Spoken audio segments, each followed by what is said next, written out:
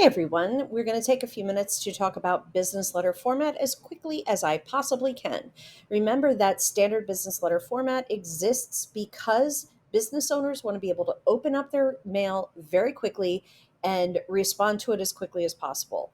So you want to make sure that you are concise. Remember, that means short and to the point, but also complete with your information because they don't want to have to ask questions to resolve a situation. All right, so let's start with what a letter should look like. Here at the very top, you're going to see the letterhead or the header. This is the address and the name of the company that is sending the letter. All right, notice that in the letterhead, we do not have the individual person who is sending the letter, it's just the name of the company. Now, you could create your own heading for your own personal use, and that would have your name at the very top, but not a company name. The next thing you see here is the date, and that is the date the letter is written or sent. Not written or sent, written and sent.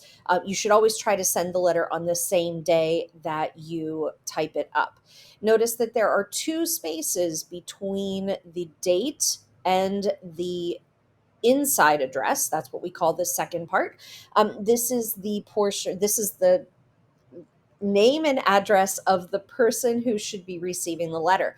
Now, notice here, you definitely include the name of the person who should be receiving the letter if you know it, and then the name of the company underneath it. Something else you will notice here is that the name of the street is completely spelled out. We only have the numerals of the street address, but street and avenue are both spelled out inside the letter. We'll talk about how that differs on the envelope in a moment.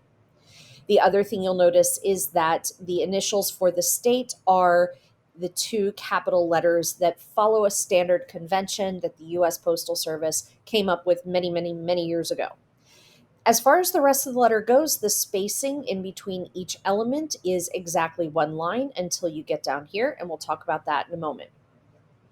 This next line is called the salutation, and it should be very formal. Dear Mr. Delaney, and then a colon at the end of that line. Again, a line space under Dear Mr. Delaney, and then we begin with the body of the letter. And here again, you want to stay concise and complete. Make sure all of the information is there. But notice that these are not your traditional academic paragraphs that have 5 sentences with an introduction, body, conclusion kind of thing. You only have the number of lines and sentences and that you need in the letter to get across your idea. And your second paragraph will always, or I'm sorry, the last paragraph will always identify what should be done next. So, is the person who's receiving the letter, what are they expected to do at this moment? Okay, so this you could call a call to action. The closing of the letter is always going to be a polite word or two down here. Maybe it's thank you or sincerely. Sincerely is pretty standard. Underneath sincerely, you're going to have a 4-line space so that you can sign the letter before you type your name and then the title, your job title.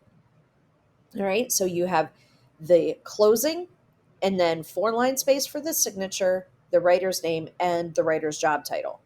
These are the initials of the person who types the letter. That is there for only when you actually need it. Most people type their letters up today by themselves. They don't have their secretary do it, so we don't usually use that, but if you ever see it, you know what it's for. The last line is the enclosure notation, and that is there primarily if, in the case of this letter, there is something that is included in the letter. You might also see a PS at the very end of a business letter, and that is usually another sentence or two that the sender wanted to include at the last moment. All right, you'll notice on this envelope, you have everything in capital letters according to the US Postal Service, and the receiver's address, in other words, the person who is receiving this letter, is going to be big and in the center of the envelope. And this is the return address, so that if for some reason the the letter would have to be returned to the sender. The post office knows exactly where it needs to go to. All right.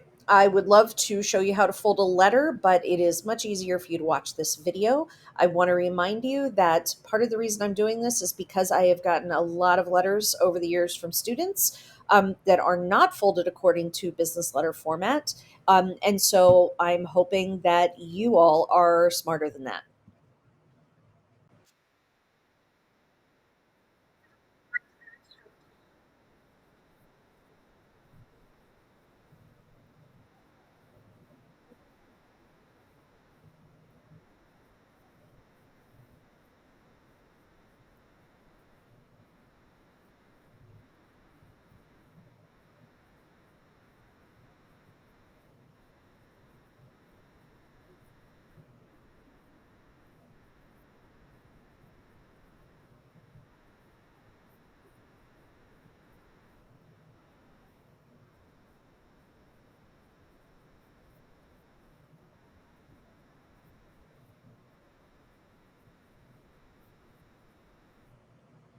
Now she will show you how to fold it and put it into the envelope. I think you know how to do that. So we'll just end with a bunch of OSHA violations and enjoy the rest of your day.